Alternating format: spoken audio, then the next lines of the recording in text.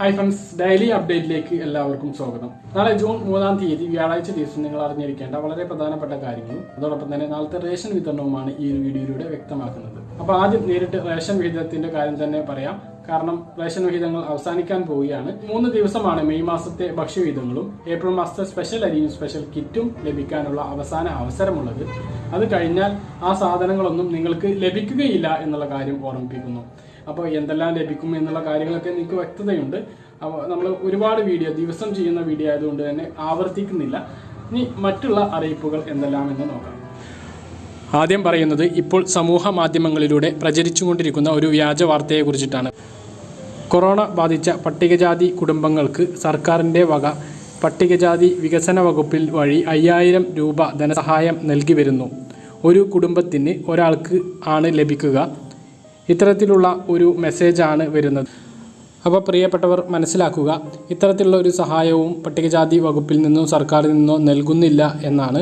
ഇതുവരെ അത്തരത്തിലുള്ള ഒരു സഹായ പദ്ധതിയും ഇതുവരെ പ്രഖ്യാപിച്ചിട്ടില്ല. കോവിഡ് ബാധിച്ചത് കാരണം പട്ടികജാതി ആളുകൾക്ക് 5000 രൂപ ധനസഹായം നൽകുന്നു എന്നുള്ള വാർത്ത അടിസ്ഥാനരഹിതമാണ്.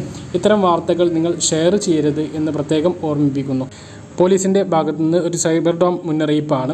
വാക്സിൻ രജിസ്ട്രേഷൻ എന്ന തരത്തിലുള്ള വ്യാജ സന്ദേശങ്ങൾക്കെതിരെ ജാഗ്രത പാലിക്കാൻ വേണ്ടി പോലീസ് മുന്നറിയിപ്പ് നൽകുന്നു.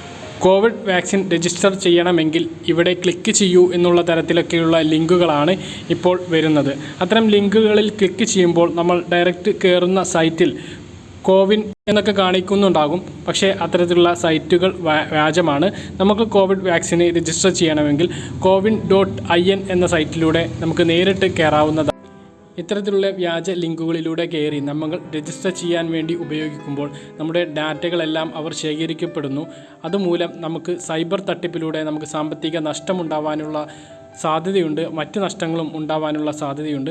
അത് പോലീസ് സൈബർ ഡോം മുന്നറിയിപ്പ് നൽകിയിട്ടുണ്ട്. ആ കാര്യം പ്രത്യേകം എല്ലാവരും ശ്രദ്ധിക്കുക. പോലീസിൻ്റെ ഭാഗത്തു നിന്നുള്ള മറ്റൊരു പ്രധാനപ്പെട്ട മുന്നറിയിപ്പാണ് കെണിയൊരുക്കുന്ന വീഡിയോ കോൾ ജാഗ്രത പാലിക്കുക എന്നുള്ള തലക്കെട്ടോട് കൂടിയിട്ട് പോലീസ് പോസ്റ്റ് ചെയ്തിട്ടുള്ള ഒരു വിവരമാണ് ഞാൻ നിങ്ങളുമായി പങ്കുവെക്കുന്നത്. അതായത് നമുക്ക് മെസ്സഞ്ചർ വഴിയും അതുപോലെ തന്നെ വാട്സപ്പ് വഴിയും വീഡിയോ കോൾ വരുന്നതായിരിക്കും. അതായത് പ്രത്യേകിച്ച് വീട്ടമ്മമാർക്ക്, സ്ത്രീകൾക്കൊക്കെ ഇതുപോലുള്ള വീഡിയോ കോളുകൾ വരുന്നതായിരിക്കും. അത്തരത്തിലുള്ള വീഡിയോ കോൾ നമ്മൾ അറ്റൻഡ് ചെയ്യുന്ന സമയത്ത് നമ്മുടെ സ്ക്രീനിൽ ഒന്നും കാണിക്കാതിരിക്കുകയായിരിക്കും. അതായത് നമ്മുടെ സ്ക്രീൻ ഒരു ബ്ലാക്ക് കളറായിട്ടോ അല്ലെങ്കിൽ ഒരു ബ്ലൂ കളറായിട്ടോ ഒക്കെ ഇങ്ങനെ നിൽക്കും. നമ്മൾ ആ ഒരു വീഡിയോ കോൾ അറ്റൻഡ് ചെയ്ത് നമ്മൾ ആ സ്ക്രീനിലേക്ക് കുറച്ചു നേരം നോക്കി ഇരിക്കുന്നതായിരിക്കും. അങ്ങനെ വരുന്ന സമയത്ത് അപ്പുറത്തുള്ള ആൾ നഗ്നത പ്രദർശിപ്പിച്ച് അവരുടെ ക്യാമറ ഹൈഡ് ചെയ്ത് വെച്ചിരിക്കുകയായിരിക്കും. ആ കാര്യം നിങ്ങൾ പ്രത്യേകം ശ്രദ്ധിക്കണം. അവർ ഈ കോൾ സ്ക്രീൻ റെക്കോർഡ് ചെയ്ത് ഇത്തരം ആളുകളിലേക്ക് അയച്ചു കൊടുത്ത് നിങ്ങളുടെ ബന്ധുക്കൾക്കും മറ്റുള്ള ആളുകൾക്കും അയച്ചു കൊടുക്കും എന്നുള്ള ഭീഷണിപ്പെടുത്തി പണം തട്ടുന്ന ഒരു രീതിയാണ് നിലവിലുള്ളത്. അത്തരം തട്ടിപ്പിൽ പല ആളുകളും ഇരയായിട്ടുണ്ട്. അത്തരം തട്ടിപ്പുകളിൽ നിങ്ങൾ പെടരുത്.